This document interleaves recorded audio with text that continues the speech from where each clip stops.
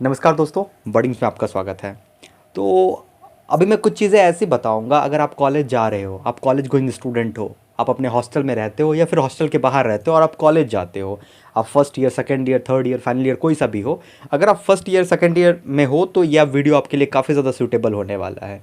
ठीक है। इसमें मैं कुछ ऐसे पॉइंट्स बताऊंगा, 4 से 5 ऐसे पॉइंट्स बताऊंगा जो कि आप अगर कॉलेज में हैं तो आपको कर लेनी चाहिए।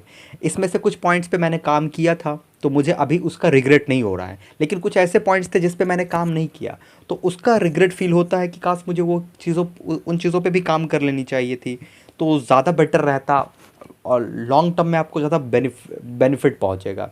तो 5 चीज़ों में से पहले नंबर पे जो चीज़ बात आती है वो क्या होता है कि सबसे पहला एक्सप्लोर करना। जितना ज़्यादा एक्सप्लोर कर सकते हो उतना ज़्यादा एक्सप्लोर करना। अब सवाल आएगा कि तुमको कि भैया एक्सप्लोर करने का क्या मतलब होता है, ये तो बताइए, एक्सप्लोर करने का एक्चुअल मतलब क्या होता है। तो मैं इसको भी डिस्कस कर देता हूँ। एक्सप्लोर करने का एक्चुअल मतलब होता है कि तुम्हारा लाइफ का लॉन्ग टर्म गोल क्या होगा।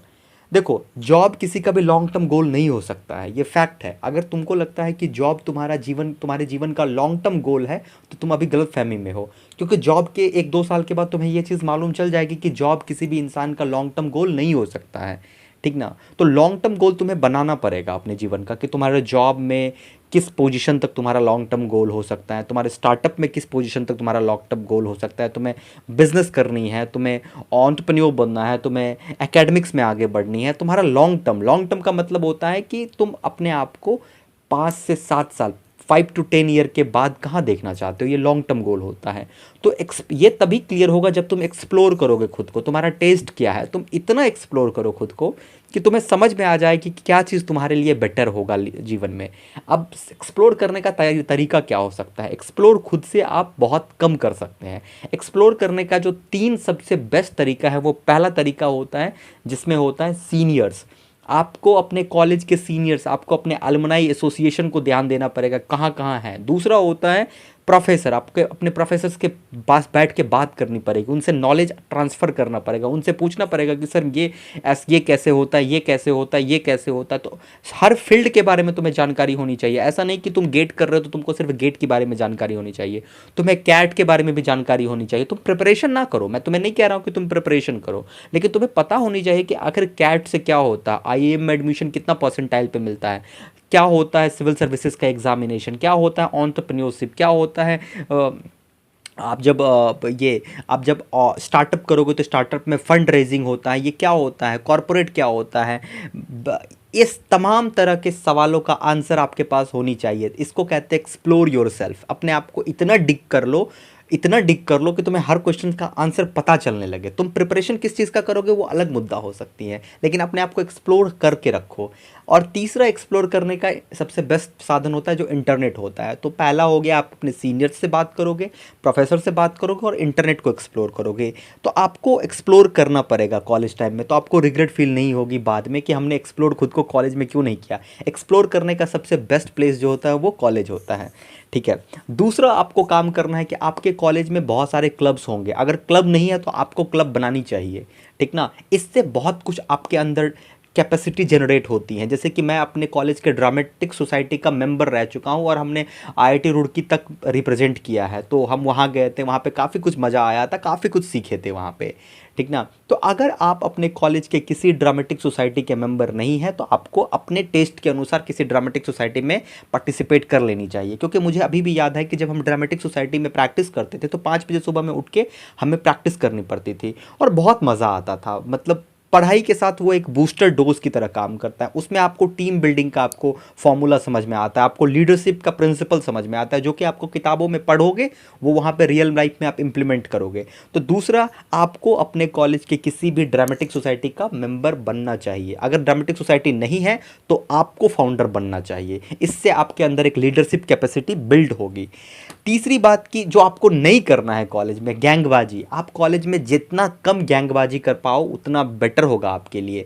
गैंगबाजी में बहुत तरह का होता है, गुटबाजी होता है, आपका फ्रेंड हो गया। आपको किसी से बैर नहीं लेना है, आपको सबसे अच्छे से बात करनी है, क्योंकि आपको फ्यूचर में कौन काम आएगा आपको नहीं पता है। और आपको मैं कह देना चाहता हूँ कि जो गैंगबाजी होती है वो कॉलेज तक ही होती है, कॉलेज के बाहर उसका कोई वजूद नहीं होता है। आपके कॉलेज में तो कम से कम एसोसिएशन भी नहीं है जिससे कि आप पॉलिटिकल एफिलिएशन बन सके, आप पॉलिटिक्स में घुस सके, ये भी आपके पास नहीं है, तो गैंगबाजी का कोई फ़ायदा नहीं होता है कॉलेज के बाद। आप कॉलेज से निकलोगे, हर कोई अपने अपने लाइफ में बिजी हो जाएगा, पता नहीं चलेगा कि क्या फ़ायदा हुआ गैंगबाजी करने का। तो उससे अवेयर रहना, अवॉइड करना थोड़ा सा उसको।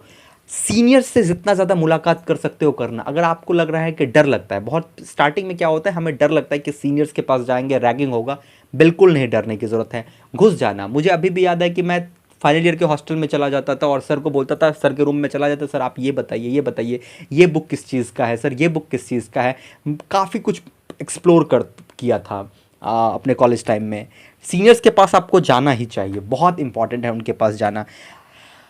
पढ़ाई के अलावा, पढ़ाई के ऐसा नहीं है कि पढ़ाई आप 24/7 करते हो, आपके पास पढ़ाई के अलावा बहुत टाइम मिलता है। 6 घंटा पढ़ाई, 5 से 6 घंटा सेल्फ स्टडी काफ़ी ज़्यादा होता है, और हमारे पास 24 घंटा होता है। 6 घंटा सेल्फ स्टडी हो गया, 6 घंटा सोना हो गया, 12 घंटा हो गया, टोटल 12 घंटा में अगर आप इस वीक में आप 2 घंटा भी अपने सीनियर्स के पास जाओगे, उससे जितना नॉलेज मिलेगा उतना नॉलेज आपको किताबों से नहीं मिलेगी। आप लिख के ले लो, आपको किताब नॉलेज नहीं दे सकता है जितना आपको सीनियर दे सकते हैं नॉलेज।